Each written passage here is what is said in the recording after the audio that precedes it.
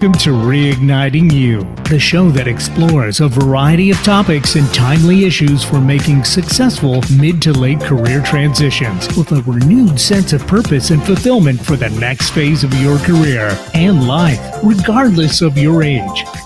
Now, here's your host, Lisa Downs. Welcome to Reigniting You, where we talk all things career transition for those age 40 plus. I'm Lisa Downs, Seattle-based career and retirement transition coach. So glad to be here with you today, and our producer, Eric. Hey there, Eric. How's it going today? Hey, it's going pretty well. Did you have a good Thanksgiving? We did have a good Thanksgiving. Ate Awesome. a lot, made a pie, had some time to rest and relax. How about for you? Yeah, it was good. And you know who had the best Thanksgiving? My dog, because we had a lot of leftover turkey, and she has been going hog wild on that. Oh, excellent. Yeah, well, it is a dog's The cats life too. after all. Yes. Yeah, and the cats. I think our kitty Gracie, she was just happy to have both of us to be her nap partners, nap mats, so she could just climb on us because we were being lazy and have that lap time. So always makes her happy. Absolutely. So, excellent. Well, we've got another great show on tap for today. My guest with us today is financial transition expert, coach, and author Judy Snyder.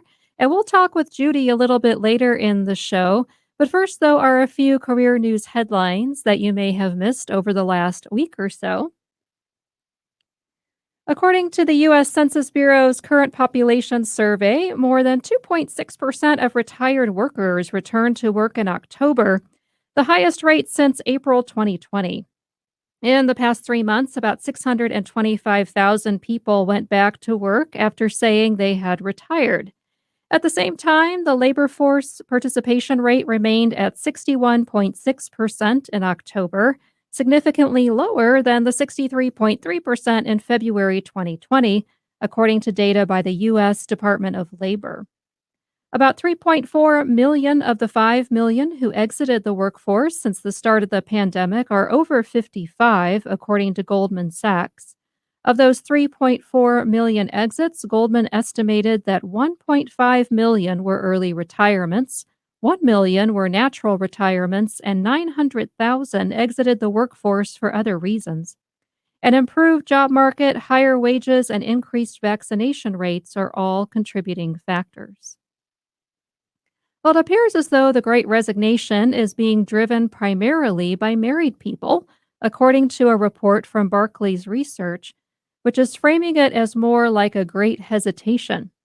Barclays economists say the true cause of a lack of workers is a hesitation to return to the labor force due to influences tied to the pandemic, such as infection risks, infection-related illness, and a lack of affordable childcare. Of the decline by 3 million workers in the labor force compared to February 2020, there were 3.5 million fewer married workers. There was a corresponding 500,000 increase in the participation of workers not living with their spouse. Factors such as coinsurance from being in a dual income household could be contributors. So, Eric, what are your thoughts on these first couple of stories about labor participation? We've got people retiring, unretiring. We've got married folks saying, well, we've got health insurance covered. Yeah. So, might as well, have one of us not working, but kind of interesting stuff here today. Yeah, it's definitely a tumultuous time for sure. And hey, I guess we found a reason for folks to get married out there. Yeah. in case you couldn't think of one. Right. The idea that you both or one person can provide insurance for both of the people in a couple. And therefore give a little bit more stability and a little more flexibility when looking for another job is something that I hadn't really considered, but it totally makes sense. Yeah, And makes sense. yeah, I can see why that would factor into the great resignation. Yeah. I'm not sure I like that term, it just seems like people are not so much resigning, but kind of trying to find better places of Yeah. employment or better fits for their career goals. Yeah. So rather than just like walking away, I know some people are retiring early, but it seems like 90% of the people that I'm hearing about that have left their job have done so because they've found another position that they think will be a better fit for them. Yeah, yep. Yeah, I kinda like that term that one of those, the economists came up with, was coining it the great hesitation. Yeah. I think that's a cool term. I hadn't heard that one yet, so that was interesting, but, yeah, kind of fun, but, yeah, it's, and with people who are, going back into the workforce from, taking early retirement initially, or maybe, some of that was being forced to retire as well. It's good to see that perhaps there's a little inching up in terms of additional participation there. And because we know, a lot of people have to work and just Hmm. to make sure that they've got the income they need. And depending on their retirement savings, that nest egg, some folks will have to work longer. So, but good to see, some of that increasing for those who have been affected by the pandemic for sure. Yeah, yeah, and it makes me curious when we're going to see an end Yeah. to all these, things. I mean, we Right. haven't put COVID entirely behind us, but we seem to be seeing the light at the end of the tunnel, I guess, at this point. So it'll be interesting to see how once things settle down, where we're at, as far as how, Yeah. is it 2022? Is it 2023? Um, and also just like what the job market looks like at that point. Yeah. Yeah. Yeah, for sure. Well, a couple more stories here. Reported by the Motley Fool in a recent Monster.com survey, 78% of respondents said they're aiming to get a seasonal job for the holidays, with 50% of those surveyed saying they'll do so to earn extra money. The report also states that 55% of participants expect perks such as increased wages, a sign on bonus, or employee discounts for working a seasonal job this year. Also, 39% are interested in a customer service role for seasonal work. While encouraging for labor participation rates, there's still a 43% year over year decrease in applicants' interest in finding a seasonal job in retail. Walmart, though, announced it would hire about 150,000 new employees across its U.S. stores this holiday season, most of which would be permanent full time roles. Target is slated to hire 100,000 seasonal team members and add 30,000 supply chain positions across the country. Lastly, for those whose first or early jobs involve being a sandwich artist, some sad news. Peter Buck, the last surviving co founder of Subway sandwich shops, has died at age 90 after a long illness. Originally from Maine, he worked as a nuclear physicist for several companies until 1978. He and his original sandwich partner, Fred DeLuca, went into business together in 1965, and by 1973, they had 16 locations across Connecticut. They started working with franchisees in 1974 and changed the name of the sandwich shops from Pete's Subway to Subway Sandwiches. Buck was ranked number 261 on the Forbes 400 list of wealthiest people with an estimated net worth of $1.6 billion. DeLuca passed away in 2015. Today, there are about 40,000 Subway locations. So, Eric, a bit of sad news there for any Subway fans out there or those who worked at Subway. Yeah, as sandwich artists, Yeah, as you sandwich say. artists. Not to be confused with the Peter Buck that was the guitarist for REM REM, for all those right. years. Yeah, Yeah. yeah, Yeah, different. not that guy. Not yet. Yeah. And yeah, Subway kind of fascinates me. To be honest, I'm not a big fan of their sandwiches. I think there's better sandwiches out there. But they seem to be they're so ubiquitous and they seem to be able to weather like any kind of economic storm. I Yeah. mean, I've seen things, like the location of doom is what I like to call it sometimes, where you see like 5 different businesses in 5 years, cycle through and all fail. And then a Subway moves in, and then somehow they're there for like 20 years. Yeah. And I don't know what it is that they do that makes it work so well for them that they're able to kind of withstand anything. I think it's fascinating, um, because like I said, I think there's better sandwiches out there, but they must be filling a need to, be so successful. So, Yeah, yeah. yeah, I think so. And yeah, they seem to have stood the test of time. Some rocky patches. Yeah. There was that not so good issue with their spokes guy, Oh, yes. Jared. Won't go Yes. into that. No. Some nefarious goings on there that Uh-huh. weren't good. But yeah, they seem to have stood the test of time and have Right. had a good model and, still strong, it If you seems. look at like a place like Quiznos that Oh, like there, yeah. came out and like Tanked. almost eclipsed Subway there for a few minutes just Yeah. because they were toasted. Yeah. um, and they're almost completely gone now, Yeah.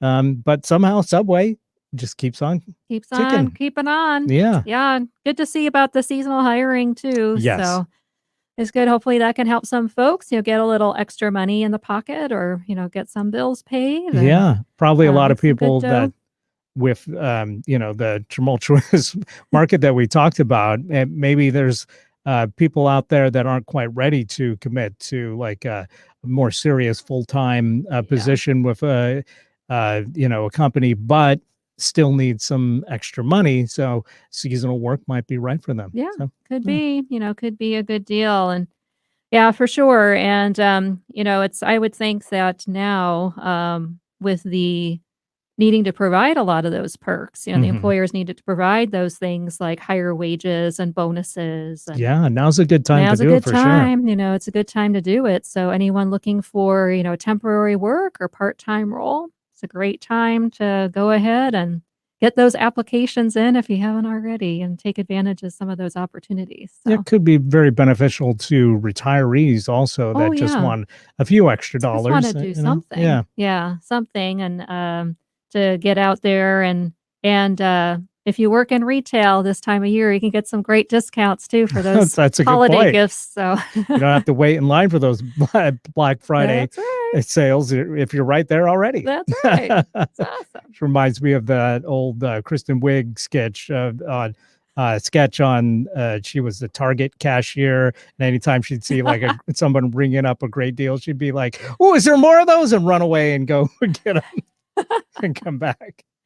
That's great. Yeah. Excellent. Sounds like a good strategy to me. Yeah, Yeah, absolutely. you bet. Factor Yeah. that into That's right. deciding where to work. That's right. Well, thanks, Eric. And, it's time for our first break. So when we come back, I'll introduce our guest for the show, Judy Snyder, who's here to talk about her career path, as well as how we can plan for aspects of our well being beyond our finances and more.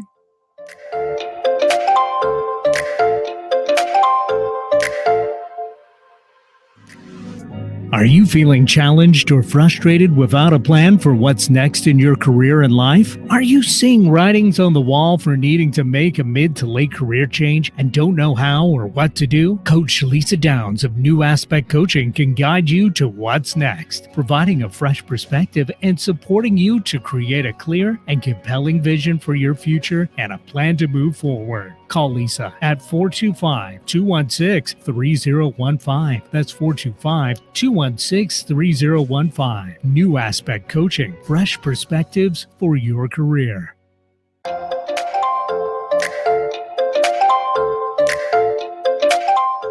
Welcome back to Reigniting You, the show that focuses on all aspects of making mid to late career transitions. I'm your host, Lisa Downs.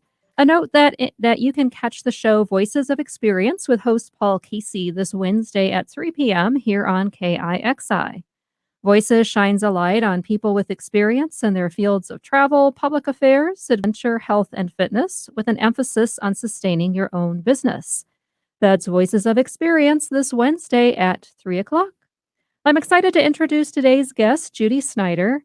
27 years as a medical sales executive led Judy to realize that corporate life was unfulfilling. In 2004, she transitioned from employee to entrepreneur into financial services. She became a certified financial transitionist to further expand her solutions for those going through financial transition, to also address the non financial aspects of transition. She helps clients navigate through aspects of retirement, such as finding purpose, exploring spirituality, and addressing their health and wellness.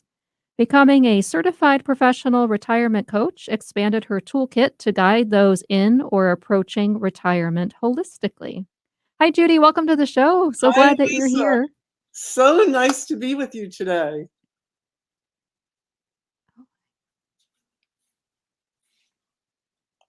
Oh, hi, Judy. Welcome to the show. Glad that you're here. Hi, Lisa. It's great to be with you today. Good to see you. Thank you so much for joining us. And I always like to start with guests by finding out more about your career journey. So, what's your story of how you've gotten to this point in your career? Oh, it's a good one. I was first married to my career. I always say my husband is my second marriage. My first marriage was corporate America. So after working 16-hour days and having my friends as my plus ones, I finally went on a dating site, eHarmony, and ended up getting connected to my husband, Jeff, and he was in financial services. And it was a funny thing because having been in medical and I sold MRIs and CTs, $1 million pieces of equipment, it was really all about financing. And I had many, many plaques I was called the finance diva because I can get anyone financed and I was good at doing performas and all that stuff. But when I saw what my husband did for a living, I kind of got a little intimidated because I recognized that I really didn't know much about my own personal finances. So I almost didn't connect with him, but Mm. obviously I did. And we ended up dating and getting married. And one thing that was really interesting is I had never lived with anybody except my dog prior to that. And Sunday nights would come and Jeff would be so excited for Monday morning and I would start getting stomach cramps. uh, And I thought, wow, this is not normal. I thought it was yeah. normal all these years. And one day he just said, why don't you do for us what you do for corporate America? I think it might be a better situation for you. So I ended up taking his advice and getting my license and got very passionate about learning about my own money, something I really wasn't comfortable with. But it's really not our fault, Lisa, because we make money 256 days a year, but we probably learn about our own money about an hour a year. Yeah. So we're not going to know it as well as making money. Yeah. Yeah. Well, I hear you. I've had those Sunday night um dread, feelings of dread and sick to your stomach before myself, and it's not fun. Dreading when the alarm goes off Monday morning for sure. And I'm curious about, along with all of that, what some key lessons have been for you along the way. Wow, so many lessons. I think probably one of the biggest lessons that I wish I had known during those years was passive residual income. Mm. Living off of the interest of your principal, not your principal. And I think what happens with a lot of salespeople, especially, is they live large. And, then by the time they get into their 40s and 50s, they're kind of, oh, I guess I should start saving now, when all along they could have been living off the interest. So I think from a financial standpoint, that was one lesson. I think another lesson that I've learned is that your gifts are something that you're really not aware of because they come Mm. so easily to you that you don't realize they're actually gifts until other people point them out. And that's really what happened with my husband. He saw what I did for the companies I was working for, and he said, wow, you could be doing this for us. So Wow. I think that's a real big one. Yeah. Yeah. That's great. And I'm also wondering, along with that, what else was particularly helpful to you as you made your transitions, from corporate into what you're doing now, or other career or life transitions, whether it was decisions you made or people who supported you.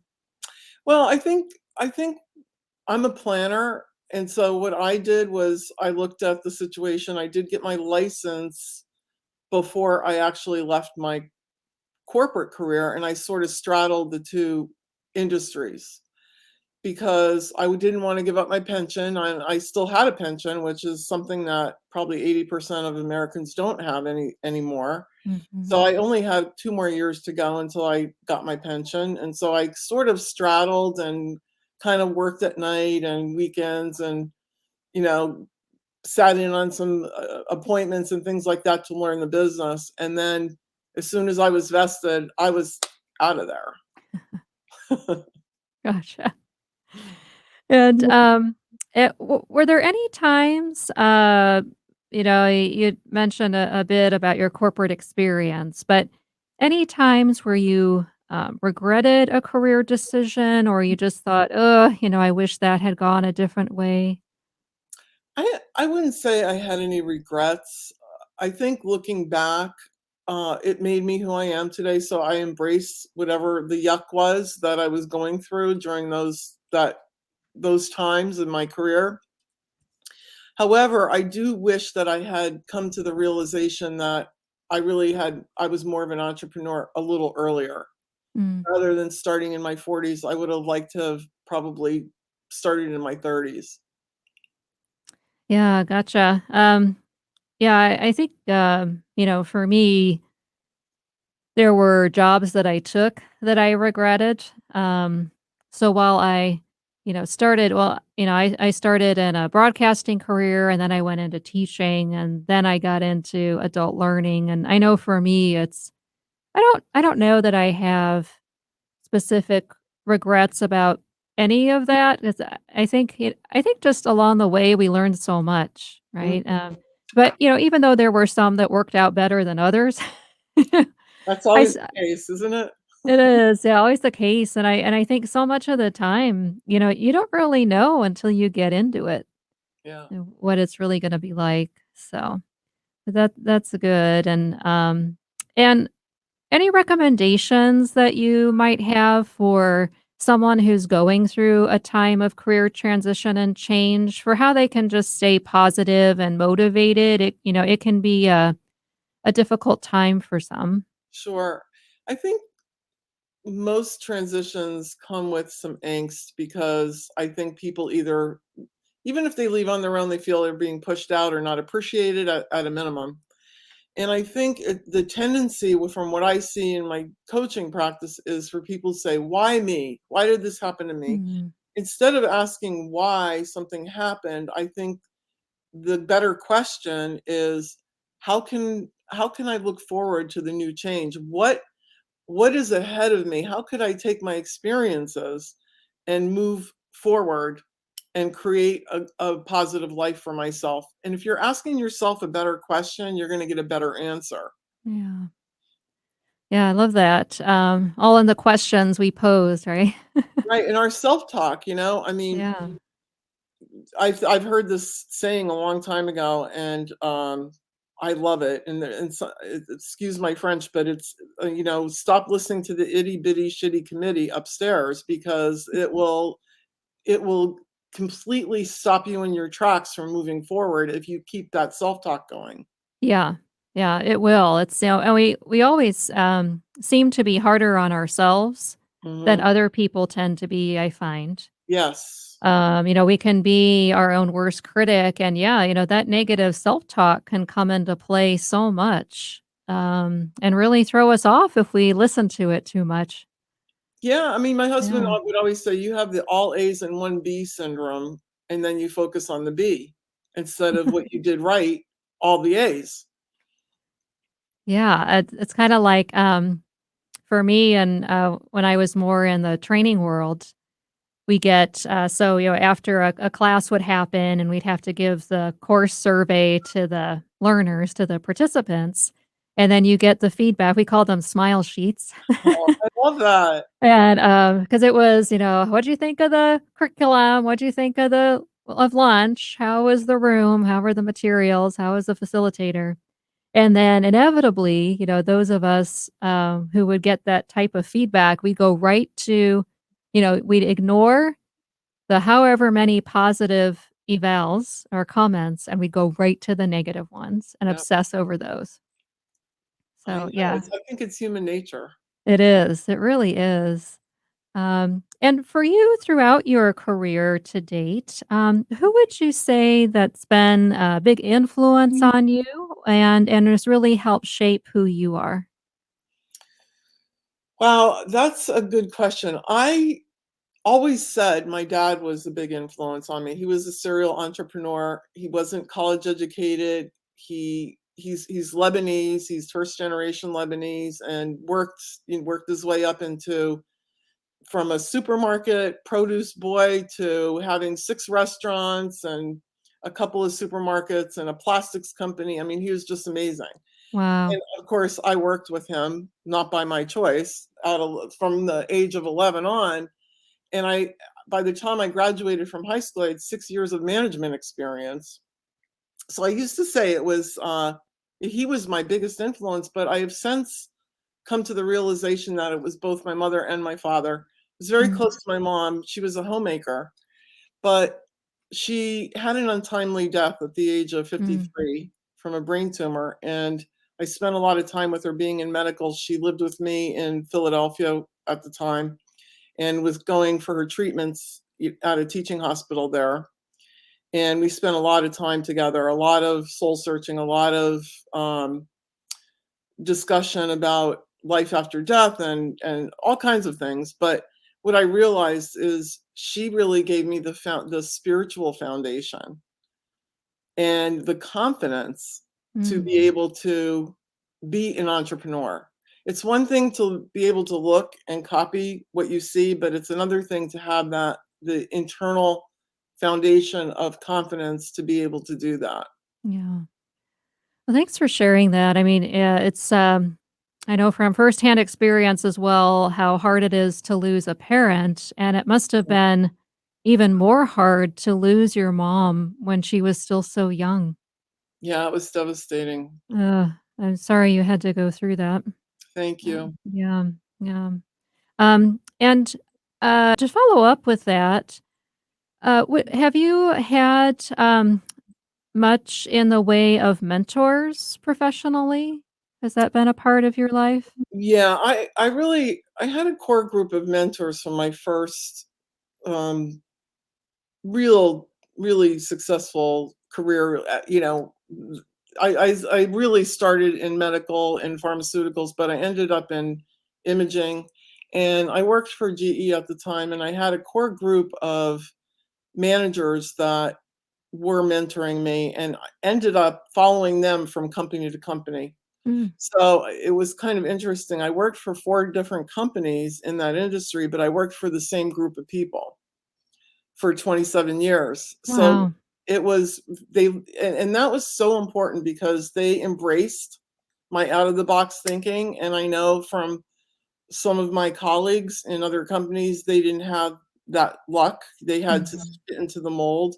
So I think that was paramount to my success is having somebody embrace that and foster that Yeah, spirit. that's great. So, out of curiosity, what initially prompted you to go into the pharmaceutical industry, into a science-based profession? What prompted that?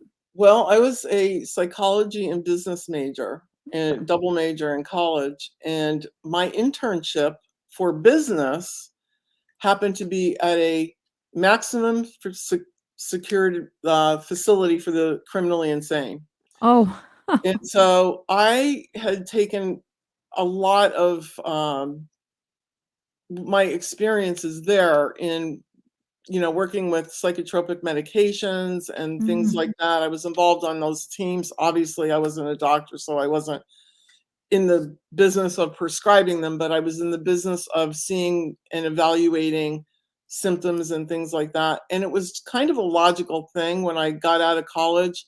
It was attractive to the pharmaceutical industry because they saw that I had a business degree, but I had this experience with psychotropic medications. So my first job was with Bristol Myers selling psychotropic medication, wow, antidepressants and anti-anxiety medicines. So it was man. sort of a circuitous route to where I ended up.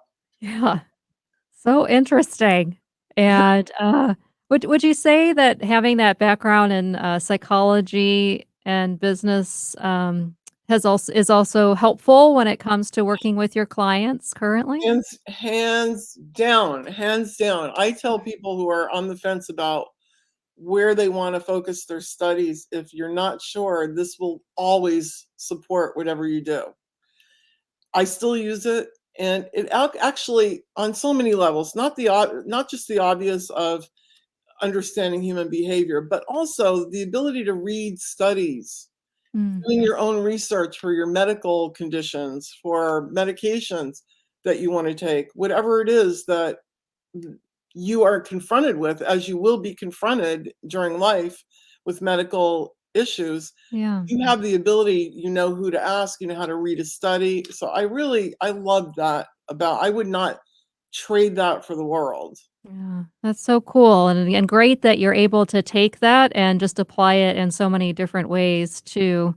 So that is really great to hear. And thank you so much, Judy, for sharing about your path, your lessons, your Oh, fascinating journey.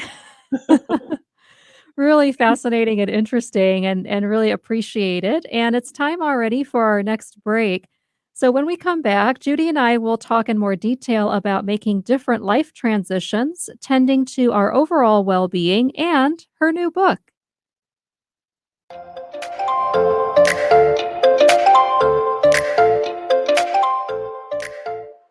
Hi, I'm Lisa Downs, career and retirement transition coach and host of Reigniting You on KIXI. I guide age 40 plus professionals to gain clarity, a renewed sense of purpose, and a career transition plan within 90 days so you can lead a fulfilling life regardless of your age. If you're not sure what's next for you, I can help. Let's talk about what your future can look like. Visit yournewaspect.com or call me at 425 216 3015. That's 425 216 3015. New Aspect Coaching, fresh perspectives for your career.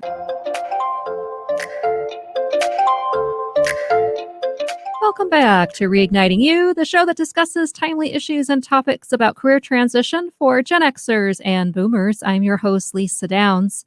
A reminder that if you'd like to get in touch, you can head on over to my website, yournewaspect.com. There you can download and take my free career transition readiness quiz. You can also sign up for my free weekly career tips e-newsletter or just drop me a note to say hello or ask a question. It would be great to hear from you. That's yournewaspect.com. Well, we're here with author, financial transition expert, and retirement coach Judy Snyder. So, Judy, let's go ahead and dive back into our conversation. How does your approach with your clients differ from other financial service providers or financial planners? I think we're different because we believe in a collaborative approach to being a part of the team, not your only member of the team. I think the more money you have, the more team members you need. And I think most people in my industry do not feel that way. They're trying to get all your money under management, all your money under Hmm. their umbrella. And I have always been a collaborative person, as was my husband. He also came from corporate America. He was P&G. And so we we're used to working on teams, and I don't know that a lot of people in my industry actually start out in corporate America. I think they start out in the industry, so that's sort of how they're taught. Yeah, So I think that's what makes us different. We believe in being a part of the team, not your only team. that's great. Yeah, I noticed that because I've met a lot of financial advisors, wealth advisors, financial planners, and I have noticed that some of them do have minimums in terms of um, you know, investment dollars that they're willing to work with and have these minimum thresholds to work with clients. And I don't know, that just personally, it just kind of turns me off. It's a turnoff, and Yeah. it's very short-sighted. I know. I had a young girl come to me a couple of years ago. She was in her early 20s. She had no money, but she had some questions and heard me on a radio show that we had. And was really shocked that I was willing to talk to her. And I was like, oh, I'm happy to help you. And I applaud you at your age for asking these questions. I didn't ask these questions at that age. So wouldn't you know, a couple of years later, she actually won the lottery. Oh And my God. who do you think she called? Me, You. because I was willing to talk to her when nobody else would, and they wouldn't even call her back. So I I- think it's short-sighted for our industry to just say, you have to have a minimum, and otherwise you're not important to me. Yeah, it seems like it. I think you're the first person I know who knows somebody who actually won the lottery. That's pretty remarkable. Actually know 2 people. Yeah. Wow. I 2? said, "I wanna win the lottery." How I know. What secret. about us? Yeah, come on. That has to happen, doesn't it? Somebody's gotta win. Yeah, absolutely. And also wondering what you see as some key challenges your clients have when it comes to making their different life transitions successfully. One of the biggest things we see as somebody who specializes in the home stretch, hence our name, HomeStretch Financial, is the transition from making money and growing money to spending money. So there's a couple of different things that happen. Number one, they don't know how to turn that savings into income because it was growth, now it's income. And secondly, and most importantly, the mindset. I wrote an article recently about the spend shift mindset versus spend thrift. So people think if they're spending their money, they're not doing the right thing because why? For all these years, 40 years, they've been telling themselves, this is money I can't spend. This is Mhm. money I can't spend. If they've done a good job saving, that's what their self-talk was. And now they approach retirement and they got to spend it. And it's very scary to them because Mm. they're not used to that. So I think it's a mindset issue. And it's also, what do I do with it? How do I turn this into income I can never outlive? Before, companies gave you pensions and they did that for you, and they don't do that anymore, and they haven't trained you to do that. Yeah. So I Yeah, see that as the biggest issue. yeah. It seems almost like a deprivation, right? So depriving yourself of spending anything. Yes. And I have exercises for people. Like I suggest sometimes, if you're having trouble, just take a portion of that money that you want to spend on yourself for self-care, put it on a prepaid Visa card because a lot of people are credit card adverse too as they Oh, approach yeah. retirement. Put it on a prepaid Visa card and then spend that card down. And then you know that I have this money and this is for my self-care, massages or dinners with friends or whatever it is that floats your boat. It's all about joy. So whatever brings you joy, that's what you need to spend it on. So Yeah. that's my number one recommendation is you got to spend your money. You don't want to leave it to people. You didn't work all those years to leave it to somebody else. Yeah. I love that. That's a great idea. Love that idea. And speaking of ideas, so I know you have a new book coming out. Do. And what is the inspiration for the title of your book? That's called Becoming Retired-ish. Well, the inspiration comes from our client base, which is the nearly and newly retired. And what I found is most people don't retire the way our parents retired.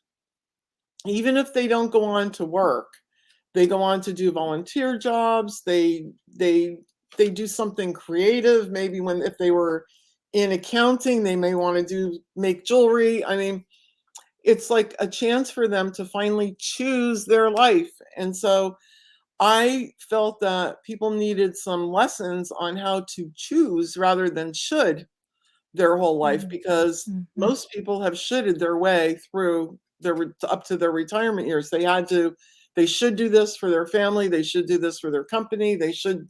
And you know what they say about shoulding. So I wanted to do something that helped people choose. And I think the biggest thing is you have to start with your values. Most people don't even understand what their driving values are. Mm-hmm. So I start with going through purpose because if you don't know what your purpose is, you're not going to be able to plan your purpose for your money. And Yeah. then I talk about wellness. And yeah, I touch on diet and exercise a little bit, but really the majority of my wellness section is on laughter, because I have a little section in it that says lose the belly, not the belly laugh.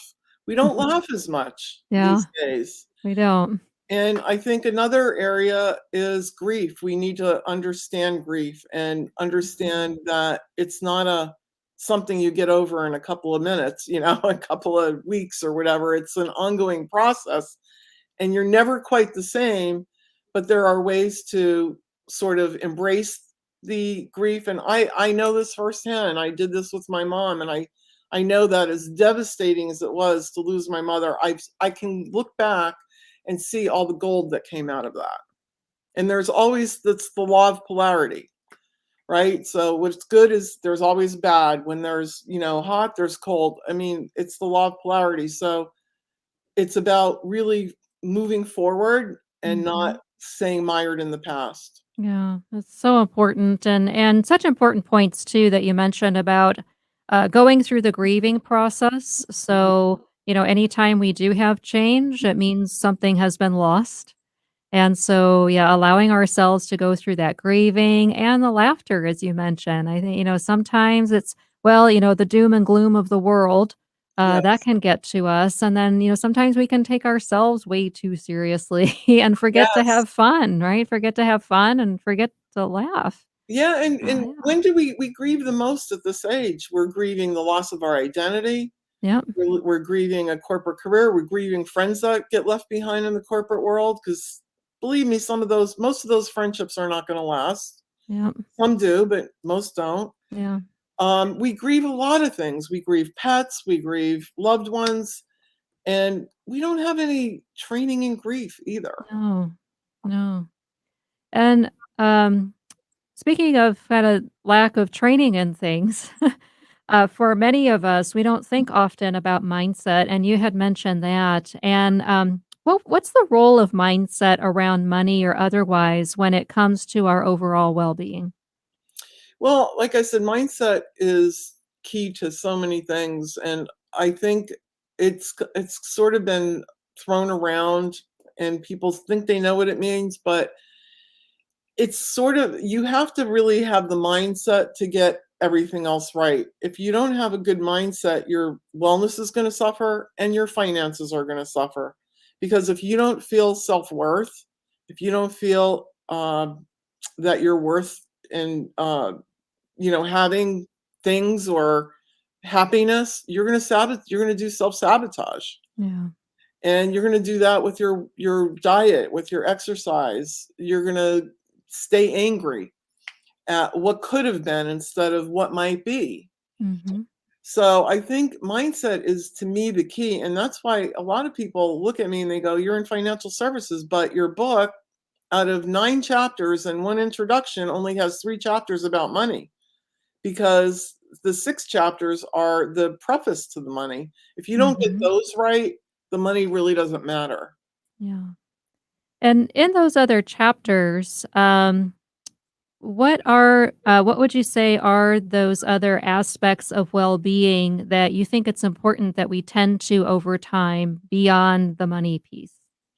Well, this was kind of a funny thing. I was in a Facebook group and I asked the question, "What gives you peace of mind?" Fully expecting to hear about money. I was doing some marketing and fully expecting that 99% of the people were going to be, "I want to never outlive my money," kind of thing. Mm, Do you know what was interesting? That was like number two. The number one overarching theme was, "I want to make sure my loved ones are taken care of." mm, And so it prompted another question. What do you mean by taken care of? It wasn't about money. It was about, I don't want them to have to do this. I don't want them to have to go through this when I'm gone. So it led me to create a program and also a chapter in the book called The Things to Know Before You Go. And I really talk about, having all of your passwords and your important documents and understanding who's responsible for paying what credit cards. Like, a lot of married couples think if they're an authorized user on a credit card, that they're responsible if their spouse passes away. But if they're social security number was not used to obtain that credit line, they're not responsible. And so what I find is when I work with a lot of widows, they are completely devastated and they don't really know where to turn. So my recommendation is get all these things in order before something happens so that it's more turnkey and you don't have to make a decision when you have grief brain, which Yeah. is a very real thing. Yeah. Yeah. That makes a lot of sense. And yeah, just to make sure that we're in a good place to make those critical decisions and tend to a lot of those details. Yes. For sure. Yeah. And what would you say are differences between life transitions you see happening in our 40s and 50s, compared to our 60s and 70s, compared to our 80s and beyond?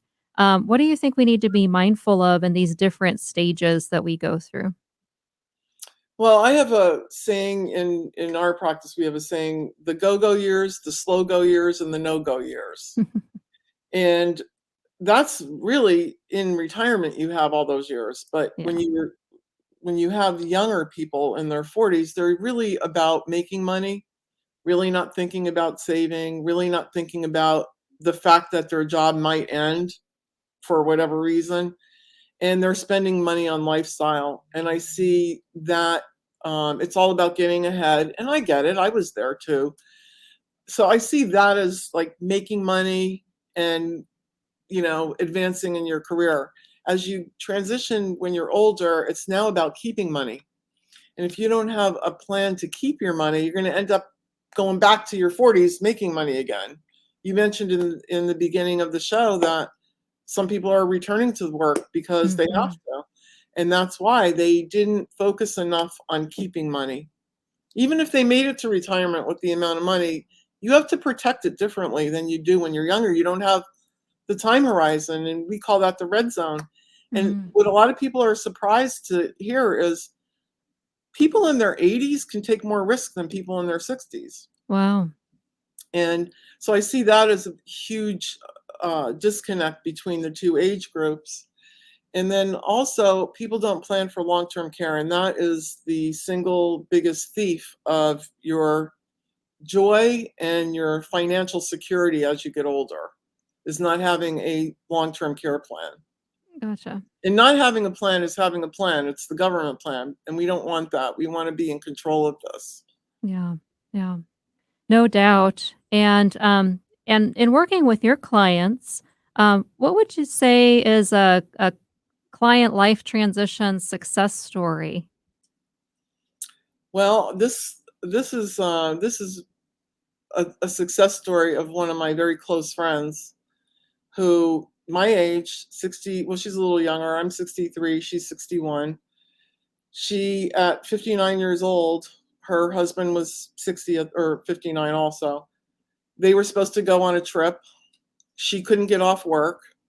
She said, "Just go without me, Randy, because I'm going to be working anyway, so you might as well go and have fun." They were going with two other couples. He goes to Las Vegas and he passes away in the hotel room. Ugh. And it was devastating. All of us, we were completely devastated by this loss. And I have seen her go through that transition with such grace. Mm. It amazes me. She's the poster child for everything that you do right. So she actually, she went through all the normal stages, but she had things planned, and Randy was really good at having things all organized. So it was easy for me to step in and make sure everything was closed the way it was supposed to be. But things pop up, just like he wanted to be cremated, but being in Las Vegas had to get embalmed. So that required an extra week of Wow. approvals and things like that. But she is now um, working part-time. She just bought a vacation home. She's spending time with her family. She has her priorities, together, and she's honored her grief, and she looks for the signs. She gets signs all the time from Randy, and she looks at the joy ahead of her grandchildren and things like that, instead of, why did this have to happen to me? Because I see so much of that. as Yeah. well. So I would say, just the graceful moving from stage to stage. Wow. That's amazing. Yeah, and, so lucky for her to have you, right? To have that support, and, that's a amazing story, and to have that shock and that grief and have that happen and to come out of that in a good place is that's just amazing. So, I, Yeah. applaud you for that. Oh, That's fabulous. it's really about her character. I Yeah, mean, it really is. I think it starts with who she is. But yeah, thank you. yeah, Um, absolutely. So, Judy, as we wind down here, a last question for you is how can people find you? you can go to our website. It's www.homestretchfinancial.com. Just like it sounds, homestretchfinancial.com. And on that website, you will see a number of educational videos. If you're interested in the book, Becoming Retiredish, there's a tab to purchase the book. And there's also a tab to schedule a discovery appointment with me should anybody have any questions about their finances. Great. I'm happy to, it's complimentary. There's no charge ever. Great. Well, thank you so much for being here and sharing your great story and recommendations and tips and insights. We really appreciate it. Thank you, Lisa. Thank you for having me. Yeah, absolutely. And it's time to wrap up today's show. And that means it's also time for my reignition recommendation, your weekly career transition tip, regardless of your age. So, my tip for you this week is to allow time over this holiday season to just be. So, take some time for yourself to just sit with yourself and just be and see what types of thoughts come into your head. Yeah, get in touch a bit with, what you're feeling. We really have three neurological systems: our brain, our heart, and our gut. So take some time to just be and pay attention to the messages you receive, what comes in, what you feel, and see if those messages and that information can then really help you help point toward you point get pointed, if I could talk, get pointed to what's next for you. I got my tongue wrapped around my teeth today. But take some time, just have some quiet time and see what happens and what shows up for you. And a reminder that if you'd like to get in touch, you can head on over to my website, yournewaspect.com, where you can take my free career transition readiness quiz, or you can sign up for my free weekly career tips e-newsletter. That's yournewaspect.com. So, Eric, thanks for your support today. What were some takeaways for you from our time with Judy? Well, I'm spending some time just being. I'm definitely going to have to think about retirement. There's Yes. so much stuff to think about that Judy was so great in covering. And I imagine her book is, way more in depth on all that stuff. So Oh, we'll have to yeah. check that out too. Yeah, and I Yeah, think, for someone who's got a, bread and butter work is the financial and wealth advising, it's great for her to spend time in her book and otherwise and with her clients to really focus on all those other aspects of our lives as well. absolutely. Yeah, well, join us next Monday at 3 o'clock when my guest will be succession planning consultant Laurie Nichols. Thanks for listening. We'll talk to you next week on Reigniting You.